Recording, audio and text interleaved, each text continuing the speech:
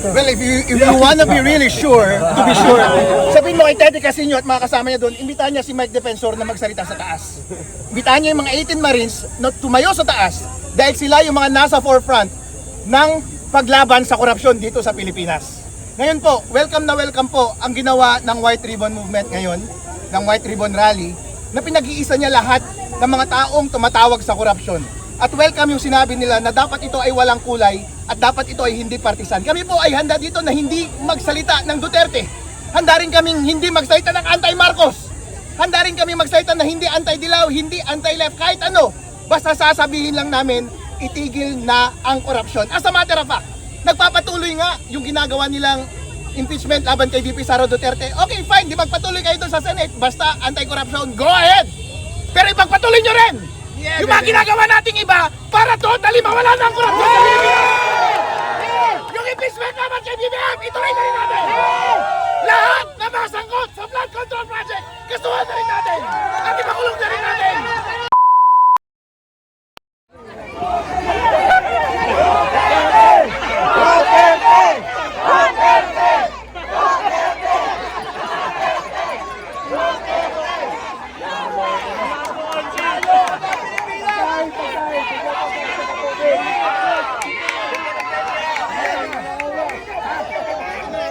Bigyan pagkain.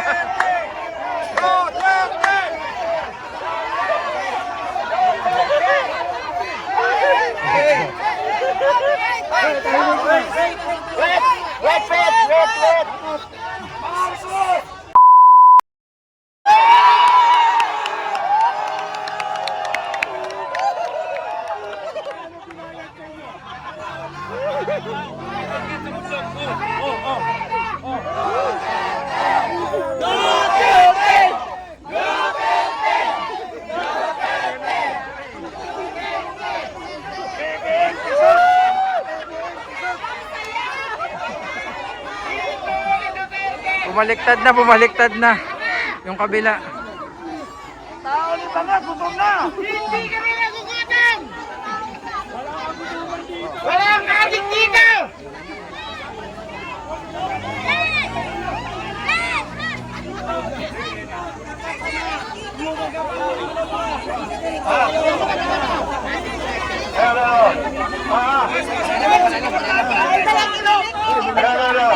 Pang Mike Defensor.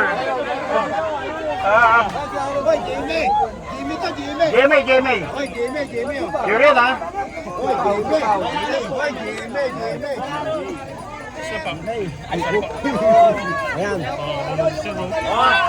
Walang edit ng brother ulit ha. Hindi.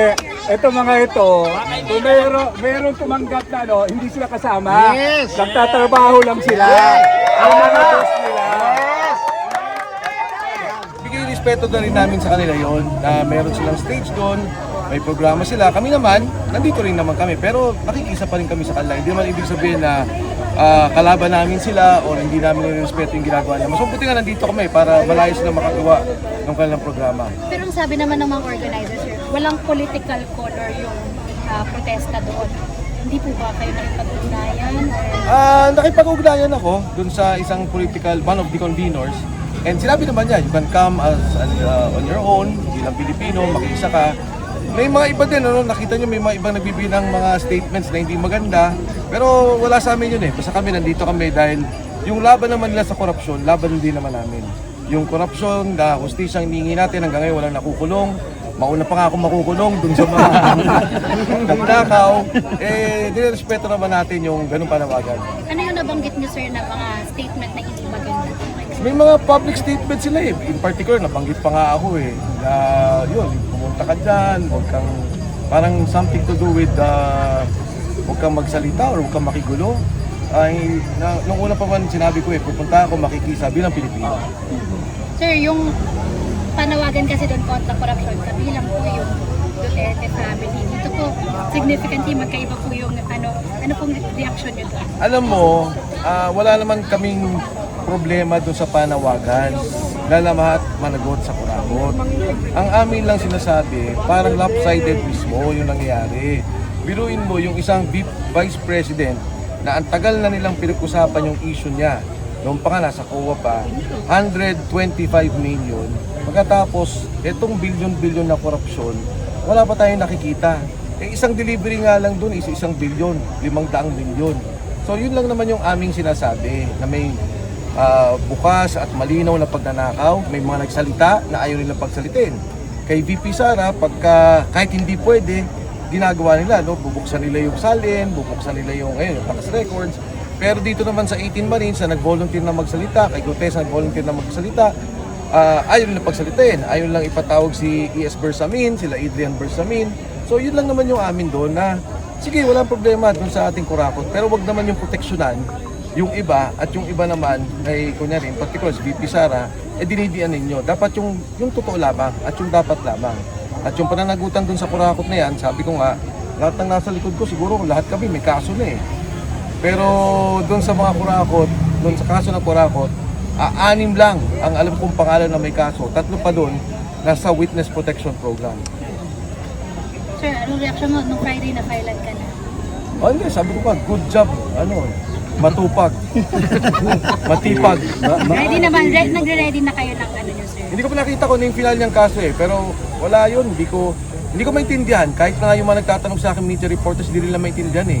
Sabi ko kung pwede, pakipaliwanag sa akin ano yung building plan, anong koneksyon. Pangalawa, ano ba yung koneksyon dun sa mga corporations sa sinabi niyang interlocking.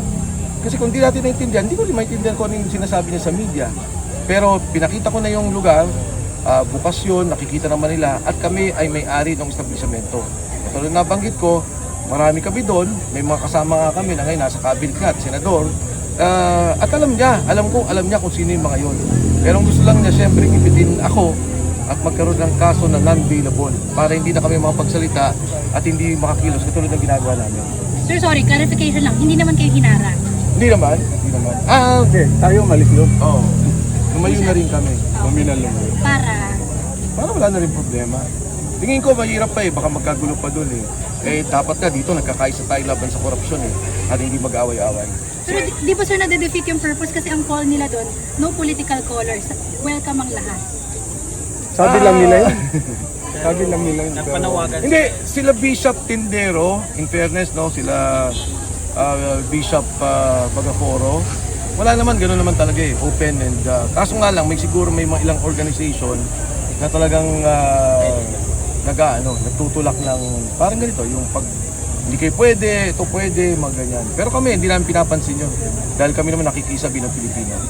Just to be sure, sir, dito kayo. Dito kami, tsaka respect na rin kasi baka mamaya magkagulo pa doon. Ito nga, Rod, baka may sasabihin ka. Well, if you wanna be really sure, to be sure, sabihin mo kay Teddy Casino at mga kasama niya doon, imbitahan niya si Mike Defensor na magsalita sa taas. Imbitahan niya yung mga 18 Marines na tumayo sa taas dahil sila yung mga nasa forefront ng paglaban sa korupsyon dito sa Pilipinas. Ngayon po, welcome na welcome po ang ginawa ng White Ribbon Movement ngayon, ng White Ribbon Rally, na pinag-iisa niya lahat ng mga taong tumatawag sa korupsyon. At welcome yung sinabi nila na dapat ito ay walang kulay at dapat ito ay hindi partisan. Kami po ay handa dito na hindi magsalita ng Duterte. Handa rin kaming hindi magsalita ng anti-Marcos. Handa rin kami magsalita na hindi anti-Dilaw, hindi anti-left, kahit ano.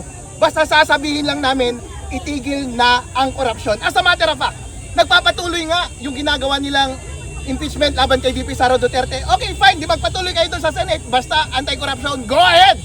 Pero ipagpatuloy nyo rin! Yung mga ginagawa nating iba para totally mawala ng korupsyon sa Pilipinas! Yung impeachment naman kay BBM, ituloy na rin natin! Lahat na masangkot sa flood control project, kasuhan na rin natin! At ipakulong na rin natin! Mahalaga po na i-maintain natin yung respeto sa host natin. Ang sabi ng host, malinaw ang sinasabi niya, wag maging partisan, wag lagyan ng kulay. Nandito kami para iparating at ipakita yung graciousness na iyon. Pero nga lang si Teddy kasi nagsalita kasi na hindi welcome si Mike Defensor eh. At hindi welcome yung mga DDS na katulad namin. Siyempre hindi kami pupunta doon. Pero kung babawiin niya yung sinabi niya ngayon, sasabihin niya, Harold, Mike, halika dito, magsalita kayo sa taas ng stage. Walang problema, magmamarcha kami, pupunta kami doon ngayon. Walang problema. Sabay-sabay tayo, sisigaw. Itigil na ang korupsyon sa Pilipinas. Hindi kami magbabanggit ng BBM, hindi kami magbabanggit ng Sara dahil alam ko maraming nakatanggap sa inyo mula kay BBM. Pero hindi kami magbabanggit ng kulay at ng personalidad na sinusuportahan namin. Pero ang pinakamahalaga mo sa Pilipinas ngayon, magkaisa tayo sa laban natin sa korupsyon. Kaya walang nangyayari, walang umaandar sa ating krusada para pabagsakin ang korupsyon ay lahat tayo mismo ay nagsisiraan. Isa naman ang ating objective. Kaya sa mga ganitong pagkakataon na gusto nating magkaisa, panindigan po natin. Huwag tayong ipokrito, huwag tayong plastic, maging sincero tayo. Ngayon po, nandito pa rin kami, alas 5 na. Dapat umalis na kami kanina pa, pero umaasa pa rin kami na i-welcome kami ngayon at lalapitan kami at pupunta kami doon. Sabay-sabay tayo tisigaw, itigil na po natin ang korupsyon. Dahil yan lamang ang simula ng totoong pagbabago sa Pilipinas kapag sama-sama tayo at nagkakaisa laban sa ating malaking kalaban na siyang korupsyon dito sa ating bansa.